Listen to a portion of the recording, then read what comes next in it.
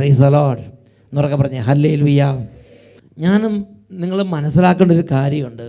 ദൈവം നമ്മളെ അനുഗ്രഹിച്ചാലും ദൈവത്തിൻ്റെ അനുഗ്രഹം നമ്മുടെ മേൽ വരാതെ ദൈവത്തിൻ്റെ അനുഗ്രഹം ഇല്ലാത്തൊരു കുടുംബമായും ദൈവത്തിന് അനുഗ്രഹം ഇല്ലാത്തൊരു വ്യക്തിയായും ഒരു കുരുത്തം കെട്ട വ്യക്തിയായിട്ട് നമ്മൾ ഈ ഭൂമിയിൽ മാറാൻ നമ്മളെ കാരണമാക്കുന്ന, നമ്മളെ വേദി ഒരുക്കുന്ന പല പാപങ്ങളുണ്ട്. അതിലൊരു പാപമാണ് നന്ദികേട്. ഈ ഉപകാരത്തിന് പകരം അപകാരം ചെയ്യുക എന്ന് പറഞ്ഞൊരു രീതിയുണ്ട് അല്ലേ? അപകാരം എന്ന് പറഞ്ഞാൽ എന്താ? ദ്രോഹം. Praise the Lord. അപ്പോൾ ഉപകാരം നമ്മൾ സ്വീകരിച്ചിരിക്കുന്ന പല വ്യക്തികളുണ്ട്. ആ വ്യക്തികളെ കുറച്ച് കഴിയുമ്പോൾ നമ്മുടെ കയ്യും കാലൊക്കെ അങ്ങോട്ട് ആയിക്കഴിഞ്ഞാൽ പിന്നെ നമുക്ക് മേലും കീഴില്ല എന്ന്, എനിക്ക് ആരോടും കടപ്പാടൊന്നുമില്ല അങ്ങനെ പറയരുത്. നമുക്ക് കടപ്പാടുകൾ ഉണ്ട്. അതിൽ പ്രധാനപ്പെട്ട ഒരു മേഖലയാണ് നമുക്ക് ഉപകാരം ചെയ്ത ആളുകൾ. ഒരാൾ ഉപകാരത്തിന് പകരം അപകാരം ചെയ്താൽ എന്താണ് അവരുടെ ജീവിതത്തിൽ സംഭവിക്കുക എന്ന് സുഭാഷിതം 17-ാം അധ്യായം 13-ാം തിരുലിഖിതത്തിൽ പഠിപ്പിക്കുന്നത് ഇങ്ങനെയാണ്: ഉപകാരത്തിന് പകരം അപകാരം ചെയ്യുന്നവൻ്റെ ഭവനത്തിൽ നിന്ന് തിന്മ ഒരിക്കലും വിട്ടൊഴിയുകയില്ല. ഇപ്പം ചിലരിങ്ങനെ പറയുന്നുണ്ട്, എന്ത്, എനിക്കൊന്നും വിഷയമല്ല, എൻ്റെ അപ്പനായാലും അമ്മയായാലും ശരി, ബിഷപ്പായാലും ആരായാലും ശരി, ഞാൻ അങ്ങോട്ട് ചെയ്യും. അതിൻ്റെ പേരാണ് താൻ തോന്നി, മർക്കടമുഷ്ടി. അവനോട് കർത്താവിൻ്റെ വചനം പറഞ്ഞെങ്ങനെയാണ്? അധികം ദൂരം നീ മുന്നോട്ട് പോകില്ല, നിനക്ക് വേണ്ടി പ്രതികാരം സിംഹത്തെ പോലെ നിൻ്റെ ജീവിത വഴി കാത്തിരിപ്പുണ്ട്. നിനക്ക് ഉപകാരം ചെയ്ത് നല്ല മനുഷ്യർ, അവരൊന്നും ചെയ്യില്ല, ഒരു വാക്ക് പോലും നിനക്കെതിരെ സംസാരിക്കുകയോ പറയുകയോ ഒന്നും ചെയ്യില്ല. പക്ഷേ നീ യാത്ര മുഴുമിപ്പിക്കില്ല. കാരണം എന്താ? നിനക്ക് വേണ്ടി നിൻ്റെ ജീവിതയാത്രയിൽ പ്രതികാരം സിംഹത്തെ പോലെ ഇരിക്കുകയാണ്. അത് നമ്മൾ വായിക്കുന്നത് സുഭാഷിതം 17:11. അധമൻ എപ്പോഴും കലാപകാരിയാണ്, ക്രൂരനായ ഒരു ദൂതൻ അവനെതിരായി അയക്കപ്പെടും. നിന്നെ തല്ലിക്കൊഴിച്ചിടണ ഒരാളെ നീ ഉയർത്താൻ ആഗ്രഹിക്കണുണ്ടോ? നിനക്ക് ഉപകാരം ചെയ്യുന്നവരോട് നീ ബുദ്ധിമുട്ടുണ്ടാക്കിയാൽ മതി. നിനക്ക് ജോലി തന്നവരോട്, നിനക്ക് അഡ്മിഷൻ തന്നവരോട്, നിന്നെ പഠിപ്പിച്ച് വലുതാക്കിയ ടീച്ചർമാരോട്, കയ്യും കാലും ഒക്കെ വലുതാകാൻ വേണ്ടി നിനക്ക് ചോര നീരാക്കി പണിയെടുത്തിൻ്റെ അപ്പനോട്, നിനക്ക് പാല് തന്നിന് വളർത്തിൻ്റെ അമ്മയോട് നീ തോന്നിയാസം കാണിച്ചിട്ട് നടക്ക്. പ്രതികാരം സിംഹത്തെ പോലെ നിനക്കെതിരെ കാത്തിരിക്കുകയാണ്. നിന്നെ ഇത്രയും കാലം പഠിപ്പിച്ച് വലുതാക്കി അക്ഷരവും പഠിപ്പിച്ച് നിന്നെ തലോടി നിന്നെ നോക്കി ശിക്ഷണം തന്നെ വളർത്തിയ നിൻ്റെ ഗുരുബോധന്മാരെയും നിൻ്റെ സ്ഥാപനത്തെയും നിനക്ക് അഡ്മിഷൻ തന്നവരെയും നിന്നെ വളർത്തിയ അപ്പനെയും അമ്മേനെയൊക്കെ ചീത്ത വിളിക്കുക. നിനക്ക് മടിയില്ല. നിനക്ക്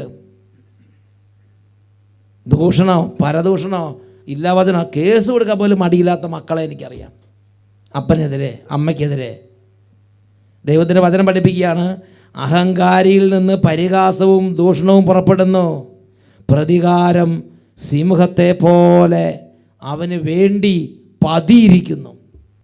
ക്രൂരനായ ഒരു ദൂതനെ നിനക്കെതിരെ നീ ഉയർത്തുന്ന പ്രവൃത്തിയാണ് നിനക്ക് ഉപകാരം ചെയ്ത അവരോടൊക്കെ അധമ സ്വഭാവം കാണിക്കുക, കലാപ സ്വഭാവം കാണിക്കുക. ഹല്ലേലൂയ. നന്ദികേട് എന്നാണ് അതിൻ്റെ പേര്, നന്ദികേട്. പ്രിയപ്പെട്ട സഹോദരങ്ങളെ, നമ്മൾ നന്ദികേട് കാണിക്കുന്നതിൽ പ്രധാനപ്പെട്ട ഒരു മേഖലയാണ് മാതാപിതാക്കന്മാർ.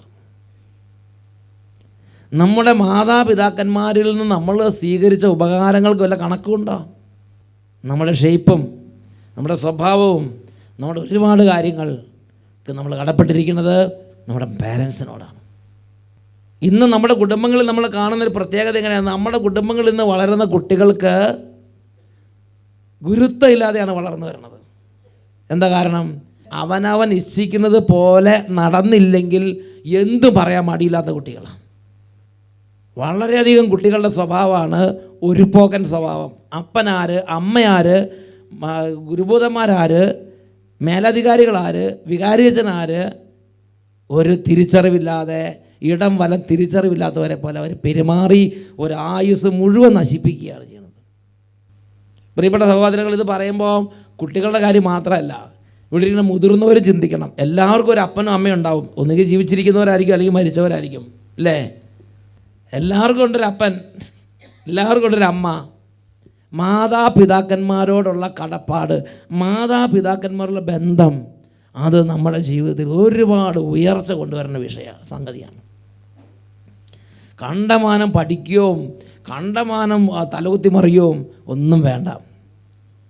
പാരൻസിനോട് നല്ലൊരു ബന്ധവും അവരുടെ നല്ലൊരു അനുഗ്രഹവും നമ്മുടെ കൂടെ ഉണ്ടെങ്കിൽ, പ്രിയപ്പെട്ട സഹോദരങ്ങളെ, നമ്മൾ എവിടെ പോയാലും അതിന് അനുഗ്രഹം ഉണ്ടാവും. അച്ഛൻ ശുശ്രൂഷ ജീവിതത്തിൽ അച്ഛൻ പ്രത്യേകം കണ്ടിട്ടുണ്ട്. പല കുടുംബങ്ങൾക്കും എത്ര പ്രാർത്ഥിച്ചാലും ഒരു ഇഫക്റ്റും ഇല്ലാതെ പോണ കണ്ടിട്ടുണ്ട്. അങ്ങനെ അവിടെ പ്രാർത്ഥിക്കുന്ന പകരം കരിമ്പാറയുടെ പുറത്ത് പോയി കളക്കുക എന്നുള്ളത്. അതുപോലെ ഒരു ഇഫക്റ്റും ഇല്ലാത്ത അവസ്ഥകൾ കണ്ടിട്ടുണ്ട്. അതിൻ്റെ ഒരു കാരണം, ചില മേഖലകളിൽ ആ കുടുംബം വിശുദ്ധീകരിക്കും. അതിലൊരു കാര്യമാണ് നന്ദികേടിൻ്റെ സ്വഭാവം. എന്നൊക്കെ പറഞ്ഞ ഹല്ലേലൂയ. കാരണം ക്രൂരനായ ഒരു ദൂതൻ്റെ പിടിയിൽപ്പെടുന്നത് വരെ അവരെ മുമ്പോട്ട് പോകും. അതിനിടയ്ക്ക് ഇപ്പം നിങ്ങളിപ്പോൾ അങ്ങനത്തെ ഒരാളാണെന്ന് വിചാരിക്കുക, ഇടയ്ക്ക് ഇവിടെ വന്നെന്ന് വിചാരിക്കുക, എന്താ ചെയ്യുക? നിങ്ങളുടെ ഹൃദയത്തിൽ കൊണ്ട് നിങ്ങൾ തിരിച്ചറിയണം അത്. മലാക്കി പ്രവാചകന്റെ ഗ്രന്ഥത്തിൽ 4-ാം അധ്യായം 6-ാമത്തെ തിരുലിഖിതത്തിൽ വായിക്കുന്നത് എങ്ങനെയാണ്? ഞാൻ വന്ന് ദേശത്തെ ശാപം കൊണ്ട് നശിപ്പിക്കാതിരിക്കേണ്ടതിന് അവൻ പിതാക്കന്മാരുടെ ഹൃദയം മക്കളിലേക്കും മക്കളുടെ ഹൃദയം പിതാക്കന്മാരിലേക്കും തിരിക്കും. അപ്പോൾ ഒരു കുടുംബത്തിൻ്റെ സമ്പൂർണ്ണ നാശം ആ കുടുംബത്തിൽ വരാൻ സാത്താൻ ആഗ്രഹിക്കുമ്പോൾ, സാത്താൻ ആ കുടുംബത്തിൽ കൊണ്ടുവന്ന് വിതയ്ക്കുന്നൊരു കാര്യമാണ്, മക്കൾക്ക് മാതാപിതാക്കന്മാരോട് ഒരു കമ്മിറ്റ്മെൻറ്റ് തോന്നില്ല.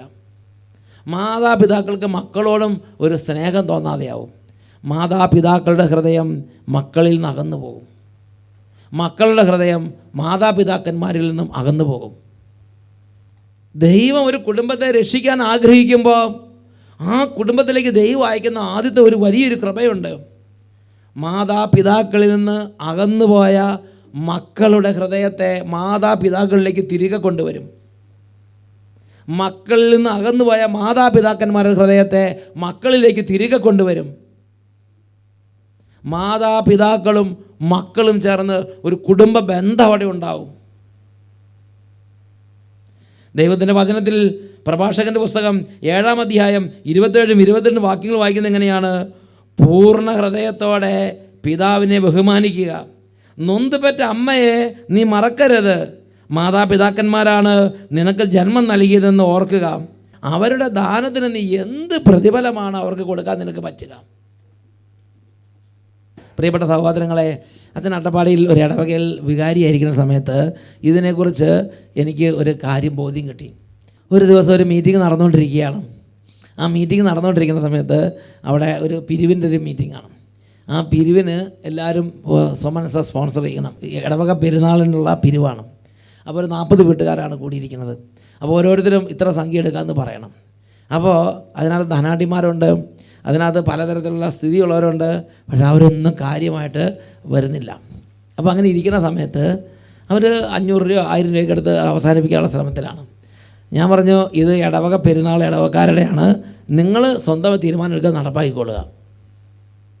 അപ്പോൾ അങ്ങനെ ഒരു തീരുമാനമാകാതെ ഇങ്ങനെ അലസി ഇങ്ങനെ ഇരിക്കുന്ന സമയത്ത് അതിലെ ഒരു പാവപ്പെട്ടൊരു മനുഷ്യനുണ്ട്. ആ മനുഷ്യൻ പറഞ്ഞു, സാധാരണക്കാരൻ, ആ സാധാരണക്കാരൻ പറഞ്ഞു, അത് എഴുന്നേറ്റ് പറഞ്ഞു, ഞാൻ 1000 രൂപ തരുക വെച്ചതെന്ന് പറഞ്ഞു. അന്ന് 94. അപ്പോൾ അങ്ങനെ 40 പേര് 1000 രൂപ ചെയ്യണം, 40,000 രൂപയ്ക്കൊക്കെ ഒരു പെരുന്നാൾ നടത്താൻ പറ്റും അന്ന്. അപ്പോൾ ആരും അങ്ങനെ 1000 രൂപ എടുക്കണില്ല, 200 രൂപ 300 രൂപയ്ക്കാണ് പറയണത്. അപ്പോൾ ഈ ചേട്ടൻ പറഞ്ഞു, ഞാൻ 1000 രൂപ തരുമെന്ന് പറഞ്ഞു. സാധാരണക്കാരനാണ്. അപ്പോൾ ഞാൻ ഒന്നും മിണ്ടില്ല, കാരണം എനിക്ക് ആ ചേട്ടനെ അറിയാം. സാധാരണ അങ്ങനെ 1000 രൂപയൊന്നും വീട്ടിൽ കാണാൻ സാധ്യതയില്ല. അപ്പോൾ ബാക്കിയുള്ളവർ അപ്പോൾ പിന്നെ അവർക്കൊക്കെ നാണക്കേടായി. അവർ പിന്നെ 2000 5000 ഒക്കെ വെച്ചെടുക്കാമെന്ന് പറഞ്ഞു. നല്ല വിധത്തിൽ നല്ലൊരു കാര്യങ്ങൾക്ക് തീരുമാനമായി. അപ്പോഴും ഞാൻ പറഞ്ഞു, പെരുന്നാൾ നിങ്ങളത്, പള്ളിയും നിങ്ങളത്, നിങ്ങൾ പിരിക്കുക, നടത്തുക, ഞാൻ അനുവാദം തരാമെന്ന് പറഞ്ഞു. അങ്ങനെ ആ കാര്യങ്ങളൊക്കെ പിരിഞ്ഞ് മനോഹരമായി പോയി. തിരിച്ച് വരണമെങ്കിൽ ഞാൻ ഈ ചേട്ടനോട് ചോദിച്ചു, ചേട്ടൻ ഈ 1000 രൂപ തരുമെന്ന് എന്ത് ധൈര്യത്തിലാണ് പറഞ്ഞതെന്ന് ചോദിച്ചു. ചേട്ടൻ്റെ വീട് എനിക്കറിയാം. അതുകൊണ്ട് ഇനി മീറ്റിംഗ് വെച്ച് പറഞ്ഞിട്ട് പൈസ കൊടുത്തില്ലെങ്കിൽ എനിക്കത് എക്സെപ്ഷൻ തരാൻ പറ്റില്ല, മിണ്ടാതിരുന്നാൽ മതിയായിരുന്നു. അപ്പോൾ ആ ചേട്ടൻ എന്നോട് പറയുകയാണ്, അച്ഛനെന്താ എന്നെക്കുറിച്ച് സംശയം? എൻ്റെ ബാങ്ക് ബാലൻസ് ആയിട്ട് എൻ്റെ കയ്യിലൊന്നും ഇല്ലെങ്കിലും, എനിക്ക് വലിയ ഷോപ്പിംഗ് കോംപ്ലക്സുകളോ ഒന്നുമില്ലെങ്കിലും എൻ്റെ തലയിൽ കാർന്നോമാരുടെ അനുഗ്രഹം ഇരിപ്പുണ്ടെന്ന് പറഞ്ഞു. എനിക്കത് മനസ്സിലായില്ല. കാർന്നോമാരുടെ അനുഗ്രഹവും ഈ 1000 രൂപയും തമ്മിൽ എന്താ ബന്ധമെന്ന് ഞാൻ പറഞ്ഞു. കാർന്നോമാരുടെ അനുഗ്രഹമാണെങ്കിൽ പണം വരുമെന്ന് ചോദിച്ചു. പണത്തിന് പണം വേണ്ടേ? കാർന്നോമാരുടെ അനുഗ്രഹം കുറേ പേർക്കുണ്ടാവും, അതവിടെ ഇരുന്നോട്ടെ, പണത്തിന് പണം വേണ്ടേന്ന് ചോദിച്ചു. അപ്പോഴാണ് ഈ ചേട്ടൻ പറയണത്, ഞാൻ ഈ അട്ടപ്പാടിക്ക് കയറിയപ്പോൾ വലിയ സ്വത്തും പണമൊന്നും കൊടുത്തിട്ടില്ല, എൻ്റെ എൻ്റെ കാർന്നോമാരുടെ അനുഗ്രഹം ഉണ്ടായി, അതുകൊണ്ട് എനിക്ക് ഒന്നിനും കുറവല്ല, എപ്പോൾ വേണമെങ്കിലും എനിക്കിതുണ്ടാവും എന്ന് പറഞ്ഞു. ഞാൻ പറഞ്ഞു, എന്താ കാർന്നോമാരുടെ അനുഗ്രഹം എന്തായാലും കുഴപ്പമില്ല, പണം ആവുന്ന എത്തിയില്ലെങ്കിൽ എനിക്ക് നിങ്ങൾക്ക് വേണ്ടി സപ്പോർട്ട് ചെയ്യാൻ പറ്റുമെന്ന് തോന്നുന്നില്ല എന്ന് പറഞ്ഞു. എന്തായാലും ഡിസംബറിൽ തന്നെ ഈ ചേട്ടൻ പണം കൊടുന്ന് അടച്ചു, 1000 രൂപ അടച്ചു. അപ്പോൾ ഞാൻ ചോദിച്ചു, എനിക്കറിയാം ചേട്ടൻ, അപ്പം ഇതെങ്ങനെ പൈസ ഇല്ലാന്ന് ചോദിച്ചു. അപ്പോൾ നോക്കുമ്പോൾ 1000 രൂപ മാത്രമല്ല, പിന്നെയും കയ്യിൽ പൈസ ഇരിക്കുക, നോട്ട് കെട്ടിയിരിക്കുകയാണ്. ഞാൻ ഇതെങ്ങനെ ഉണ്ടായെന്ന് ചോദിച്ചു. ഇത് വല്ല അനധികൃത മാർഗ്ഗത്തിലുള്ള പണമാണെങ്കിൽ മേടിക്കാൻ പാടില്ല, അപ്പം നമ്മൾ മേടിക്കുമ്പോൾ ആദ്യം അന്വേഷിക്കണം. അപ്പോഴാണ് ആ ചേട്ടൻ പറയണത്, ഞാൻ അന്തച്ചനോട് പറഞ്ഞില്ലേ കാർന്നോമാരുടെ അനുഗ്രഹം എൻ്റെ തലയിലുണ്ടെന്ന്, അതുകൊണ്ട് തക്ക സമയത്തിന് മുമ്പ് തന്നെ എനിക്ക് ആവശ്യത്തിൽ കൂടുതലുണ്ടാവും എന്ന് പറയും. ഞാൻ അന്വേഷിച്ചപ്പോഴാണ് പറഞ്ഞത്, അവിടെ അദ്ദേഹം ഇങ്ങനെ ഒരു ദിവസം പശുവിനെ പുല്ലൊക്കെ വെട്ടി ഇങ്ങനെ നടക്കുകയായിരുന്നു. അപ്പോൾ 2-3-4 പേരിങ്ങനെ ആനമുഖരായി നടന്നു പോകുന്നത് അദ്ദേഹത്തിൻ്റെ ശ്രദ്ധയിൽപ്പെട്ടു. അപ്പോൾ അദ്ദേഹം ചോദിച്ചു, എന്താ നിങ്ങളൊരു ഇവിടെ നിങ്ങൾ ഈ നാട്ടുകാരല്ലല്ലോ, നിങ്ങളെന്തൊരു ഉത്സാഹമില്ലാതെ നടന്നു പോകണമെന്ന് ചോദിച്ചു. അപ്പോൾ അവർ പറഞ്ഞു, ഞങ്ങൾ തിരുവിതാംകൂറിൽ നിന്ന് വന്നവരാണ്, ഇവിടെ ഒരു സ്ഥലം ഉണ്ടെന്ന് കേട്ട് സ്ഥലം വാങ്ങാൻ വേണ്ടി ബ്രോക്കർ കൊണ്ടുവന്നതാണ്, ഞങ്ങൾ സ്ഥലം വന്ന് അഡ്വാൻസ് കൊടുക്കാൻ വേണ്ടി വന്നതാണെങ്കിലും ഇവിടെ വന്ന് സ്ഥലം കണ്ടപ്പോൾ ഞങ്ങൾക്ക് ഒട്ടും ഇഷ്ടപ്പെട്ടില്ല, അതുകൊണ്ട് ഞങ്ങളുടെ ഇന്നത്തെ യാത്ര വിഫലമായി, അതുകൊണ്ട് ഞങ്ങൾ തിരിച്ചു പോകുകയെന്ന് പറഞ്ഞു. അപ്പോൾ ഈ ചേട്ടൻ പറഞ്ഞു, നിങ്ങൾ സ്ഥലം നോക്കാനാണ് വന്നെങ്കിൽ ഇവിടെ ഒരു സ്ഥലം വെറുതെ കിടപ്പുണ്ട്, ഒന്ന് നോക്കിക്കോളാൻ പറഞ്ഞു. അത് വേറൊരു ഈ അദ്ദേഹത്തിൻ്റെ അയൽക്കാരൻ്റെ സ്ഥലമാണ്, അത് കുറേ നാളായിട്ട് ആർക്കും വേണ്ടാതെ അവിടെ കിടക്കുക. ഈ ചേട്ടൻ പശുവിന് തീരുന്ന സ്ഥലമാണ്, അത് മറ്റേ അയൽക്കാരൻ പറഞ്ഞിട്ടുണ്ട്, ആരെങ്കിലും വരികയാണെങ്കിൽ അതൊന്ന് കണ്ട് കാണിക്കണം എന്ന് പറഞ്ഞിട്ടുണ്ട്. അപ്പോൾ ഈ സ്ഥലം കൊണ്ട് കാണിച്ചു. അപ്പോൾ ആ തിരുവിതാംകൂറിൽ നിന്ന് വന്നവർ പറയുകയാണ്, അവർ എന്താണോ ഭാവന കണ്ടിരുന്നത് അതേപോലെ മനസ്സിന് ഇണങ്ങിയ ഒരു സ്ഥലം. അവരന്ന് വൈകുന്നേരം തന്നെ സംസാരിച്ച് ആ ചേട്ടൻ അഡ്വാൻസ് കൊടുത്തു. അപ്പോൾ അതുകൊണ്ട് കച്ചവടം നടന്നു കഴിഞ്ഞപ്പോൾ ആ വിറ്റ അയൽക്കാരൻ വന്നിട്ട് ഈ ചേട്ടന് ഒരു നല്ലൊരു സംഖ്യ അങ്ങോട്ട് കൊടുത്തു.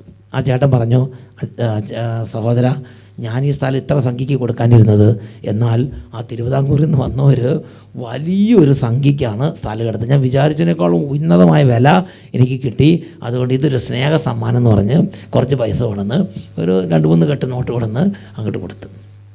അപ്പോൾ ഈ ചേട്ടൻ പറഞ്ഞു, നമ്മൾ അയൽക്കാരാണ്, ഞാൻ ബ്രോക്കറൊന്നുമല്ല, ഞാൻ അവരെ കാണിച്ചെന്നേ ഉള്ളൂ എന്ന് പറഞ്ഞ് അത് വേണ്ടെന്നൊക്കെ പറഞ്ഞെങ്കിലും അവരാ സ്ഥലത്തിന് ഇത് ഇവിടെ ഇരിക്കട്ടെന്ന് പറഞ്ഞിട്ട് അവർ പോയി. അതുപോലെ സ്ഥലം വാങ്ങിയവർ വന്നിട്ട് പറഞ്ഞു, ഞങ്ങൾ വളരെ നല്ലൊരു സ്ഥലം പ്രതീക്ഷിച്ച് വന്നതാണ്, നിരാശപ്പെട്ട് പോകുമ്പോൾ നിങ്ങളാ സ്ഥലം കാണിച്ചുകൊണ്ടാണ് ഞങ്ങൾക്ക് സ്ഥലം കിട്ടിയത്, ഞങ്ങൾ വിചാരിച്ചതിനേക്കാൾ നല്ല സ്ഥലം, വിചാരിച്ചതിനേക്കാൾ വളരെ വിലക്കുറവിൽ നോക്കി, വാങ്ങിയവർക്കും വിറ്റവർക്കും ലാഭം. വാങ്ങിയവർ വളരെ വിലക്കുറവ് വാങ്ങി, വിറ്റവർക്കാണെങ്കിൽ അത് വിചാരിച്ചേക്കൊണ്ട് വലിയ വില കിട്ടുകയും ചെയ്തു. ഈ ചേട്ടൻ 2 കൂട്ടരും ഒരു പാരിതോഷികങ്ങൾ കൊടുത്തു. അപ്പോൾ ഈ ചേട്ടൻ വന്നിട്ടാണ്, ഇനി എത്ര വേണമെന്ന് പറഞ്ഞാൽ മതി, എൻ്റെ കയ്യിൽ പൈസ ഇരിപ്പുണ്ടെന്ന് പറഞ്ഞ് ആ ചേട്ടൻ സന്തോഷത്തോടെ കൊടുക്കുകയാണ്. പ്രിയപ്പെട്ട സഹോദരങ്ങളെ, ഇതാണ് നമ്മുടെ ജീവിതത്തിൽ കാർന്നോമാരുടെ അനുഗ്രഹം ഉണ്ടെങ്കിൽ നമ്മൾ പോകുന്ന ഓരോ സ്ഥലത്തും ആ അനുഗ്രഹം നമുക്ക് വേണ്ടി വർക്ക് ചെയ്യും. സുഭാഷിതങ്ങളുടെ പുസ്തകത്തിൽ അതിനെക്കുറിച്ച് നമ്മൾ വായിക്കുന്നത് എങ്ങനെയാണ്? സുഭാഷിതങ്ങൾ 6-ാം അധ്യായം 20 മുതൽ 22 വരെയുള്ള തിരുലിഖിതങ്ങൾ. അവിടെ നമ്മൾ വായിക്കുന്നത് എങ്ങനെയാണ്? മകനെ, നിൻ്റെ പിതാവിൻ്റെ കൽപ്പന നീ കാത്തുകൊള്ളുക, മാതാവിൻ്റെ ഉപദേശം നീ നിരസിക്കരുത്, അവയെ നിൻ്റെ ഹൃദയത്തിൽ സദാ ഉറപ്പിച്ചുകൊള്ളുക, അവ നിൻ്റെ കഴുത്തിൽ ധരിക്കുക, നടക്കുമ്പോൾ അവ നിന്നെ നയിക്കും, കിടക്കുമ്പോൾ അവ നിന്നെ കാത്തുകൊള്ളും, ഉണരുമ്പോൾ അവ നിന്നെ ഉപദേശിക്കും.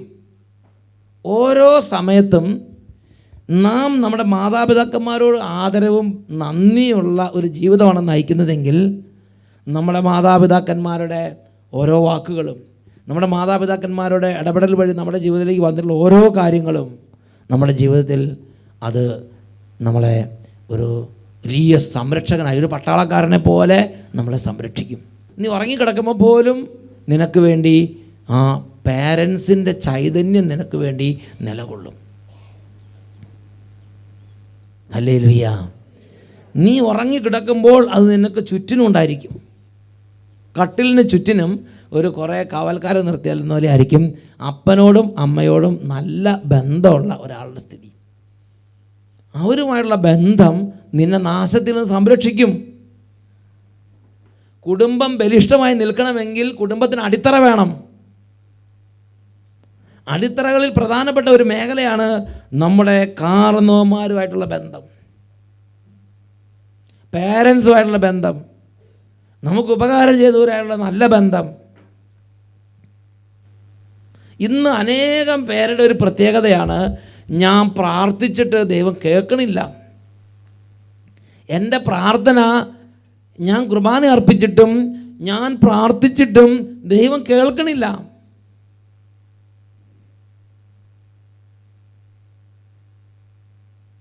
ഹല്ലേലൂയ. എന്താ അതിൻ്റെ കാരണം? അതിന് പല കാരണങ്ങളുണ്ട്. അതിലൊരു കാരണം, നീ നിൻ്റെ ചെറുപ്പത്തിൽ നിനക്ക് ദൈവം ഏൽപ്പിച്ചൊരു കുറച്ച് കാലം ഉണ്ടായിരുന്നു അപ്പൻ്റെ അമ്മയുടെയും കൂടെ. അന്ന് നിൻ്റെ അപ്പനെ നിൻ്റെ അമ്മേനെ നീ ദുഃഖിപ്പിച്ചിട്ടുണ്ട്. അതുകൊണ്ട് എന്തായി? തക്ക സമയം വരുമ്പോൾ കൂരിരുട്ടത്ത് വിളക്ക് കെട്ടുപോവുക. ശരിക്കും വിളക്കിൻ്റെ പോയാൽ ഇരുട്ടിൻ്റെ സമയത്താണ്, അല്ലാതെ ഇപ്പോൾ പകലൊക്കെ കുറേ വിളക്ക് കത്തിരിപ്പുണ്ടെന്ന് പറഞ്ഞൊരു കാര്യമില്ല. സൂര്യൻ അസ്തമിച്ച് ഇരുട്ടായി കഴിയുമ്പോഴാണ് വിളക്ക് ആവശ്യം. ആ സമയത്ത് വിളക്കും കെട്ടുപോകും. പഠിപ്പുണ്ട്, ബുദ്ധിയുണ്ട്, കഴിവുണ്ട്, തക്ക സമയത്ത് ബുദ്ധി പ്രവർത്തിക്കുന്നില്ല. തക്ക സമയത്ത് കൈയുടെ വക്ക് വരെ ഇത് തട്ടിപ്പോവും. നമുക്ക് അതിൻ്റെ അനുഗ്രഹം പ്രവർത്തിക്കുന്നില്ല. അങ്ങനെ ആരെങ്കിലും ഈ സമൂഹത്തിൽ ഇരിപ്പുണ്ടെങ്കിൽ ഇന്ന് നിങ്ങളുടെ പഴയ ജീവിതത്തെക്കുറിച്ച് ചിന്തിക്കണം, അനുദപിക്കണം. പേരൻസുകളുടെ ബന്ധത്തിൽ അവരുടെ വാക്കുകൾ നിഷേധിച്ച് നടന്ന കാര്യമുണ്ടെങ്കിൽ പ്രിയപ്പെട്ട സഹോദരങ്ങളെ അനുദപിക്കണം. ഞാൻ എൻ്റെ ജീവിതത്തെക്കുറിച്ച് ചിന്തിച്ച് നോക്കുമ്പോൾ ഞാൻ പ്രത്യേകം കാണുന്നൊരു കാര്യമുണ്ട്. എനിക്ക് ഇടവകയിൽ ചെല്ലുമ്പോൾ ഇടവക വികാരി എന്ന് പറഞ്ഞാൽ ഭയങ്കര സ്നേഹം. ഞാൻ സ്കൂളിൽ പഠിച്ചിരുന്ന സമയത്താണെങ്കിലും ഞാൻ അതിന് ശേഷം ഉള്ള സമയത്താണെങ്കിലും ഞാൻ സെമിനാരിൽ ചെന്നപ്പോൾ റെക്ടറച്ചന് എനിക്ക് ഭയങ്കര ബഹുമാനം. റെക്ടറച്ച് എന്ത് പറഞ്ഞാലും പിന്നെ ഞാൻ എന്തിനാണെന്ന് ചോദിക്കില്ല, അത് ചെയ്യും. ചാണകം ചുമക്കാൻ പറഞ്ഞാൽ എല്ലാ വ്യാഴാഴ്ചയും, ഞാൻ ഓർക്കട്ടെ, എല്ലാ വ്യാഴാഴ്ചയും ഞങ്ങൾക്ക് വർക്ക് ഒരു ദിവസം രാവിലെ തൊട്ട് വൈകുന്നേരം വരെ പറമ്പിൽ വർക്കാണ് സെമിനാരിയിൽ. ഞാനാണെങ്കിൽ 10ാം ക്ലാസ്സിൽ നല്ല ടോപ്പ് മാർക്ക് വാങ്ങിയിട്ടാണ് സെമിനാരി ചേർന്നത്. സെമിനാരി ചെന്നപ്പോൾ എന്നേക്കാൾ അധികം പഠിപ്പൊന്നുമില്ലാത്ത പലരും ഉണ്ട്. അപ്പം ഞാൻ വിചാരിച്ച് അവരൊക്കെ ചാണകം ചുമക്കാനും ഞാൻ കുറച്ചും കൂടെയൊക്കെ നല്ല കാര്യങ്ങൾ ചെയ്യാനാണെന്ന് വിചാരിച്ചിങ്ങനെ നിൽക്കുമ്പോൾ റെക്ടറച്ച് എന്നോട് ബ്രദറാണ് ഇന്ന് ചാണകം ചുമക്കണത്. അപ്പോൾ എനിക്ക് അപ്പം തോന്നുന്നു, എനിക്ക് വേണമെങ്കിൽ ന്യായമായി ചിന്തിക്കാം, എല്ലാവർക്കും നീതി എന്ന് പറഞ്ഞ സാധനം ഉണ്ടല്ലോ, ഇത് ഈക്വലായിട്ട് കൊടുക്കുക. അപ്പം ഞാനൊന്നും ചിന്തിച്ചില്ല. അപ്പോൾ ഞാൻ ഒരു ടീമുണ്ട്, 6 പേരുടെ ടീമുണ്ട്. അങ്ങനെ നമ്മുടെ ബാച്ച് മൊത്തം 3-4 ആയിട്ട് തിരിച്ചിട്ട് ഒരു ബാച്ച് ചുമക്കണം, അല്ല ഒരു ടീം ചുമക്കണം. അപ്പോൾ എൻ്റെ ടീം ഒരു നല്ല ടീമായിരുന്നു. അതിൻ്റെ തലയിൽ ചാണകം വെച്ച് കൊടുക്കും, ചാണകം ചുമന്നുകൊണ്ട് കൊടുക്കുക. വേറൊരാളിങ്ങനെ വെറുതെ വെള്ളം ഒഴിച്ചാൽ മതി. അങ്ങനെ പല വർക്കുകളാണ്. അപ്പോൾ ഏറ്റവും ദുരിതമുള്ളത് ഞങ്ങളുടെ ടീമിൽ തന്നു. അപ്പോൾ കൂടുതൽ പലരും പറഞ്ഞു ഇത് റെക്ടറച്ചനോട് ചോദിക്കണം. അവിടെ ഞാൻ പറഞ്ഞു വേണ്ട, റെക്ടറച്ച എന്ത് തന്നോ അതാണ് നമുക്ക് അനുഗ്രഹം. ചാണകമാണോ, ചാണകം ചുമക്കുക, നാളെ നിങ്ങൾ ഇതിൻ്റെ അനുഗ്രഹം കാണുമെന്ന് പറഞ്ഞു. Praise the Lord. പ്രിയപ്പെട്ട സഹോദരങ്ങൾ, സെമിനാറിലെല്ലാം എനിക്ക് അങ്ങനെ തരാം. അവരൊരാൾ പറഞ്ഞ ഒരു കാര്യം പറഞ്ഞാൽ അത് മതി, ഇവന് വേറെ ഒന്നും വേണ്ട. അതുപോലെ വീട്ടിലൊരു കാര്യം പറഞ്ഞാൽ അത് മതി, ഇവന് വേറെ ഒന്നും വേണ്ട. അപ്പം പറയും ഇതേ ഉള്ളൂന്ന് പറയും. ഞാൻ സ്കൂളിൽ പഠിക്കുന്ന കാലം ഞങ്ങൾ 7 മക്കളാണ്. 7 മക്കൾ, ഞാൻ 6ാമനാണ്. അപ്പോൾ എൻ്റെ മുകളിലാണ് എൻ്റെ ചേട്ടന്മാരൊക്കെ. 6 ആണുങ്ങളും ഒരു പെണ്ണുമാണ്. അപ്പോൾ എൻ്റെ ഒരു പ്രത്യേകത എന്താ വെച്ചാൽ ഒരിക്കലും പുതിയ ഡ്രസ്സ് കിട്ടില്ല. ചേട്ടന്മാരിട്ട് കീറാറായതെല്ലാം അടുത്ത വർഷം എനിക്ക് കിട്ടും. പുസ്തകങ്ങളാണെങ്കിലും പുതിയ പുസ്തകം എനിക്കില്ല. അതായത് മൂത്തയാൾ 10ാം ക്ലാസ്സിൽ, അടുത്തയാൾ 9ാം ക്ലാസ്സിൽ, പിന്നെ ആൾ 8ാം ക്ലാസ്സിൽ, അങ്ങനെ ഒരു കാണും. അപ്പോൾ എന്തായി, ഇവർ 2 വർഷം ഉപയോഗിച്ച് ഈ പഴയ പുസ്തകം എല്ലാം കൂടെ എനിക്ക് തരും. അപ്പോൾ എനിക്ക് അപ്പനോട് ന്യായമായിട്ട് ചില കാര്യങ്ങൾ ചോദിക്കാത്തൊക്കെ ഉണ്ട്. പക്ഷേ അപ്പോഴും മനസ്സില്ല, ഇതാണ് ഇവിടുത്തെ സിസ്റ്റം. അപ്പോൾ എന്താണ്, ഈ പഴയ പുസ്തകം 3 വർഷമൊക്കെ ഉപയോഗിച്ച പുസ്തകം എന്ന് പറഞ്ഞാൽ കുറേ ഇങ്ങനെ മറിച്ച് കുറേ ഭാഗമൊക്കെ പോയി കാണുമായിരിക്കും. ചെളി വീണതും വളതി വീണതും എല്ലാം കൂടെ എടുത്ത് പൊതിഞ്ഞറിക്കും അവരൊക്കെ ഉപയോഗിച്ചിട്ടുണ്ട്. അതെല്ലാം കൂടെ 3-ാം വർഷം എനിക്ക് കിട്ടുമ്പോൾ എങ്ങനെ ഉണ്ടാവും? ഞാൻ നല്ല സന്തോഷത്തോടെ അത് സ്വീകരിച്ചു. എല്ലാ വർഷവും അത് തന്നെ ഉപയോഗിച്ച്, 8-ാം ക്ലാസ്സിൽ ഉപയോഗിച്ച്, 9-ാം ക്ലാസ്സിൽ അതിന്, 10-ാം ക്ലാസ്സിൽ അത് തന്നെ. പ്രിയപ്പെട്ട സഹോദരങ്ങളെ, സ്കൂളിൽ പഠിപ്പിക്കുന്ന സമയം ഞാൻ ഓർക്കുന്നുണ്ട്, എൻ്റെ വീട്ടിലെ മറ്റാർക്കും ലഭിക്കുന്നതിനേക്കാൾ കൂടുതൽ മാർക്ക് കർത്താവ് തന്നു. ഇന്നും അതിൻ്റെ അനുഗ്രഹം പോയിട്ടില്ല. എന്താ? അപ്പനൊരു തീരുമാനം എടുത്തു, അത് നമ്മൾ സന്തോഷത്തോടെ സ്വീകരിച്ചു. പല കുടുംബങ്ങളിൽ നിന്ന് വലിയ വിഷയം എന്താ? അപ്പൻ അവർക്ക് സമ്പത്ത് കൊടുത്തു, എനിക്ക് സമ്പത്ത് തന്നില്ല. പാർട്ടീഷൻ ചെയ്തപ്പോൾ അവരോട് പക്ഷപാതം കാണിച്ചു. എനിക്ക് ശരിക്കും നല്ല ഭാഗം ചേട്ടന് കൊടുത്തു, എനിക്ക് ഏറ്റവും മോശമായ തന്നത്, അല്ലെങ്കിൽ നല്ല ഭാഗം അനിയന് കൊടുത്തു, എനിക്ക് അർഹതപ്പെടുത്ത് കിട്ടിയില്ല. അങ്ങനെ ചിന്തിക്കേണ്ട മക്കളെ. ദൈവം ആ അപ്പനിലൂടെ എന്താ തന്നേ, അല്ലെങ്കിൽ ആ ദൈവം അപ്പനിലൂടെ ഒരു തീരുമാനം എടുത്തിട്ട് നമ്മളത് സന്തോഷത്തോടെ സ്വീകരിച്ചാൽ ബാക്കി കാര്യം ദൈവം നോക്കും. ഞാൻ സെമിനാരിൽ ചേർന്നു, അല്ലെങ്കിൽ ഞാൻ വൈദികനായി, ഇന്നും എനിക്കറിയാം ഒരു കാര്യം നമ്മൾ മനസ്സുകൊണ്ട് വിചാരിച്ചാൽ അപ്പം ദൈവം അവിടെ തന്നിരിക്കും.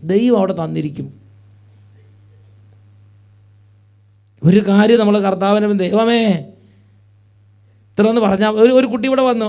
ആ കുട്ടി അവൻ +2 തോറ്റ് തുന്നം പാടിയ കുട്ടിയാണ്. അവൻ 3 അല്ല 4 അല്ല എത്ര തവണ +2 എഴുതുന്ന അവൻ തന്നെ കണക്കില്ല. 15% മാർക്ക്, 10% മാർക്ക് ഇങ്ങനെ കുറഞ്ഞ് വരികയാണ് പരീക്ഷ എഴുതും തോറും. അവസാനം ആരോ പറഞ്ഞ് മല ചവിട്ടി പ്രാർത്ഥിച്ചാമെന്ന് പറഞ്ഞ് എറണാകുളത്ത് നിന്ന് ഇവിടെ വന്ന് മല ചവിട്ടി. അപ്പോൾ ഇങ്ങനെ ഒരു ദിവസം എന്നെ കണ്ട് ആശീർവാദം കൊണ്ട് പറഞ്ഞു, നീ പോയിക്കോ മോനെ, നിനക്ക് നല്ല അനുഗ്രഹം ഉണ്ടാവുമെന്ന് പറഞ്ഞു. എൻ്റെ പേര് ആൻസൺ, ഞാൻ എറണാകുളം പച്ചാളത്തു നിന്നാണ് വരുന്നത്. ഞാനിവിടെ നിൽക്കുന്നത് എൻ്റെ +2 പാസിനെ കുറിച്ച് പറയാനായിട്ടാണ്. +2 ഞാൻ 3 കൊല്ലമായിട്ടാണ് +2 എഴുതുന്നത്. അത് 3 കൊല്ലം ഫെയിൽഡ് ആവുകയും ചെയ്തു. അല്ല, എനിക്ക് മനസ്സിലായി, 3 വർഷമായിട്ട് തോറ്റ് കിടക്കുക, +2 ഫെയിൽഡ് ആയിട്ടിരിക്കണേ. പിന്നെ അത് കേൾക്കാൻ കൂടാണ്ട് ഞാൻ പിന്നെ 1 കൊല്ലം കൂടി ട്രൈ ചെയ്തു. 4ാമത്തെ വർഷം ട്രൈ ചെയ്തു, തോറ്റു. എന്നിട്ട് ആൻറ്റി പറഞ്ഞ് നീ അട്ടപ്പാടിയിൽ വന്ന് പ്രാർത്ഥിക്കുക, എല്ലാം ശരിയാവും എന്ന് പറഞ്ഞു. അങ്ങനെ വന്ന് ഞാൻ പ്രാർത്ഥിച്ച്. അപ്പൊ 4 വർഷമായിട്ട് +2 എഴുതി അല്ലേ? എന്നിട്ട് തോറ്റുപോയി. പിന്നെ അച്ഛനെ വന്ന് കണ്ട്, അച്ഛൻ 3 പ്രാവശ്യം മല ചവിട്ടാൻ പറഞ്ഞു. 3 തവണ മല ചവിട്ടാൻ പറഞ്ഞു. അതൊരു പ്രത്യേക. 3ാമത്തെ പ്രാവശ്യം ഞാൻ വന്നപ്പോൾ അച്ഛൻ എൻ്റെ തോളത്തിട്ട് പറഞ്ഞു, ഓൾ ടിക്കറ്റും പിടിച്ചെന്ന് പറഞ്ഞു, നീ സാക്ഷ്യം പറയാൻ തയ്യാറായിക്കൊള്ളാൻ പറഞ്ഞു. അങ്ങനെ ഞാൻ തയ്യാറായി. നീ എൻ്റെ മാനെ, നീ 4 തവണ 5 തവണ +2 3 തവണ മല ചവിട്ടിക്കൊള്ളാൻ പറഞ്ഞു. 3ാം തവണ അച്ഛൻ കണ്ടപ്പോൾ നോക്കി ഇത്രയും തിരക്കിലെടുത്ത് നീ ആളെ തന്നെ പോയി പിക്കപ്പ് ചെയ്തെടുത്ത്, എന്നിട്ട് തോളെ തട്ടിട്ട് പറഞ്ഞു, നീ സാക്ഷ്യം പറയുന്നത് പോരെ മോനെന്ന് പറഞ്ഞു അല്ലേ? എന്നിട്ട് റിസൾട്ട് മെയിൽ വന്ന് ലാസ്റ്റ് ആയപ്പോൾ വന്നപ്പോൾ എൻ്റെ റിസൾട്ട് എന്നെ അറിയാൻ വേണ്ടി ഞാൻ പാസ്സായി. 80% മാർക്ക് ഉണ്ടായി. എത്ര? 80% മാർക്ക്.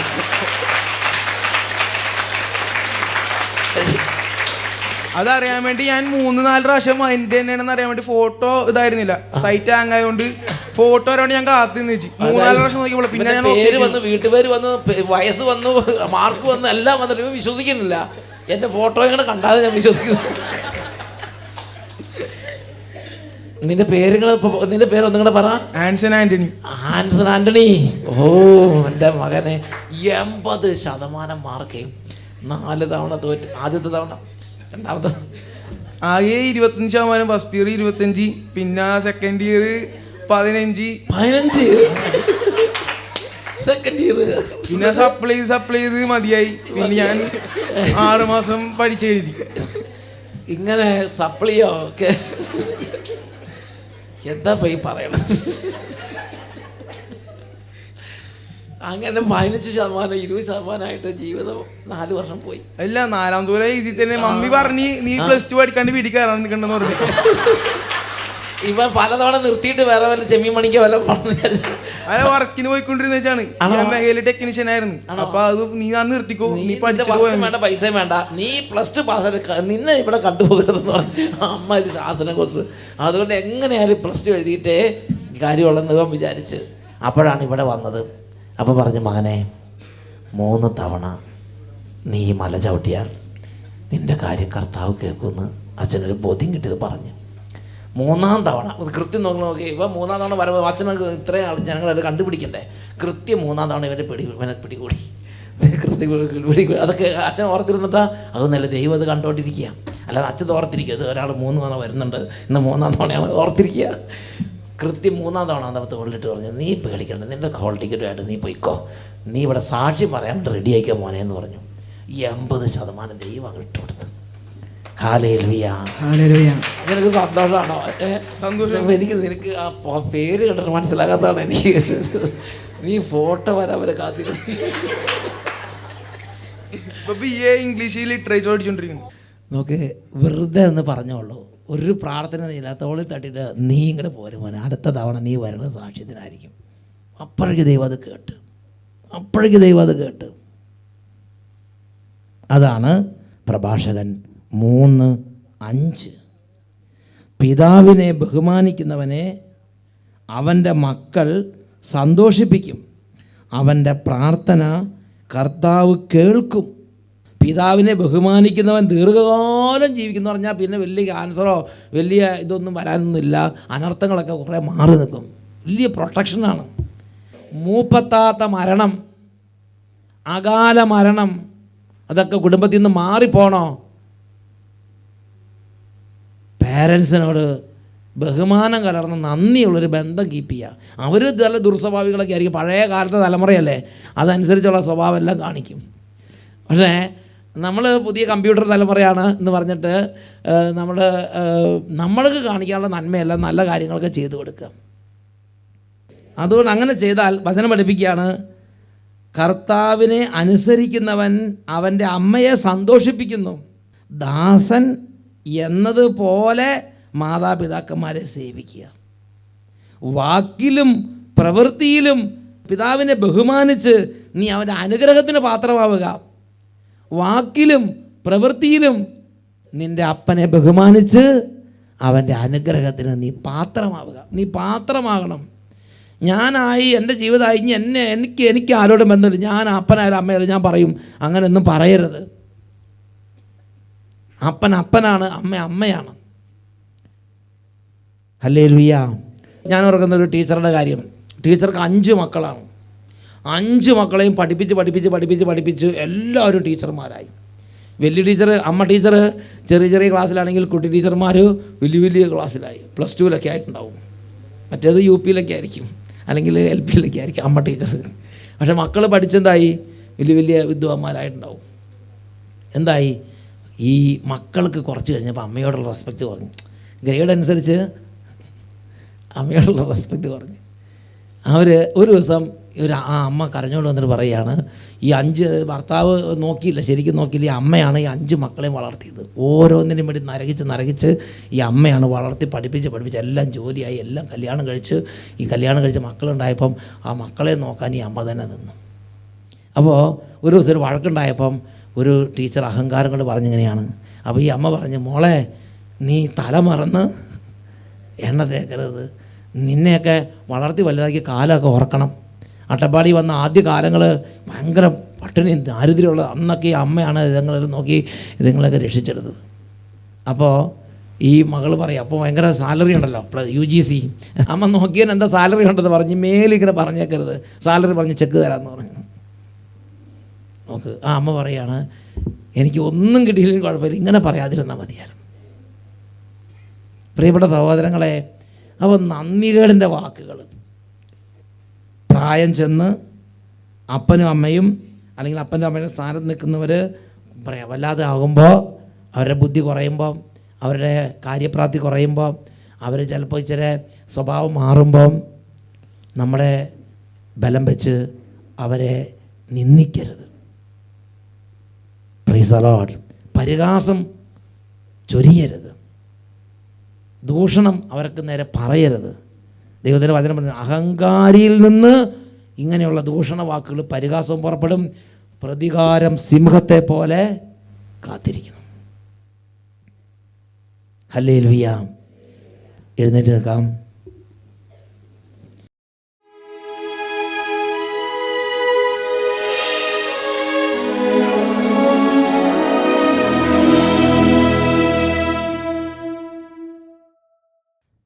ഹല്ലേലൂയ. ഹല്ലേലൂയ. എല്ലാ ദൈവമക്കളും അവരവരായിരിക്കുന്ന സ്ഥലങ്ങളിൽ നിന്ന് 2 കരങ്ങൾ ഉയർത്തി ദിവ്യകാരുണ്യ ഈശോയുടെ മുമ്പിൽ ഹൃദയഭാരങ്ങൾ സമർപ്പിച്ച് ഉറക്കെ സ്തുതിച്ച് ആരാധിക്കുന്നു. Hallelujah. Hallelujah. Hallelujah. Hallelujah. Hallelujah. യേശുവേ ആരാധന. ആരാധന ആരാധന ആരാധന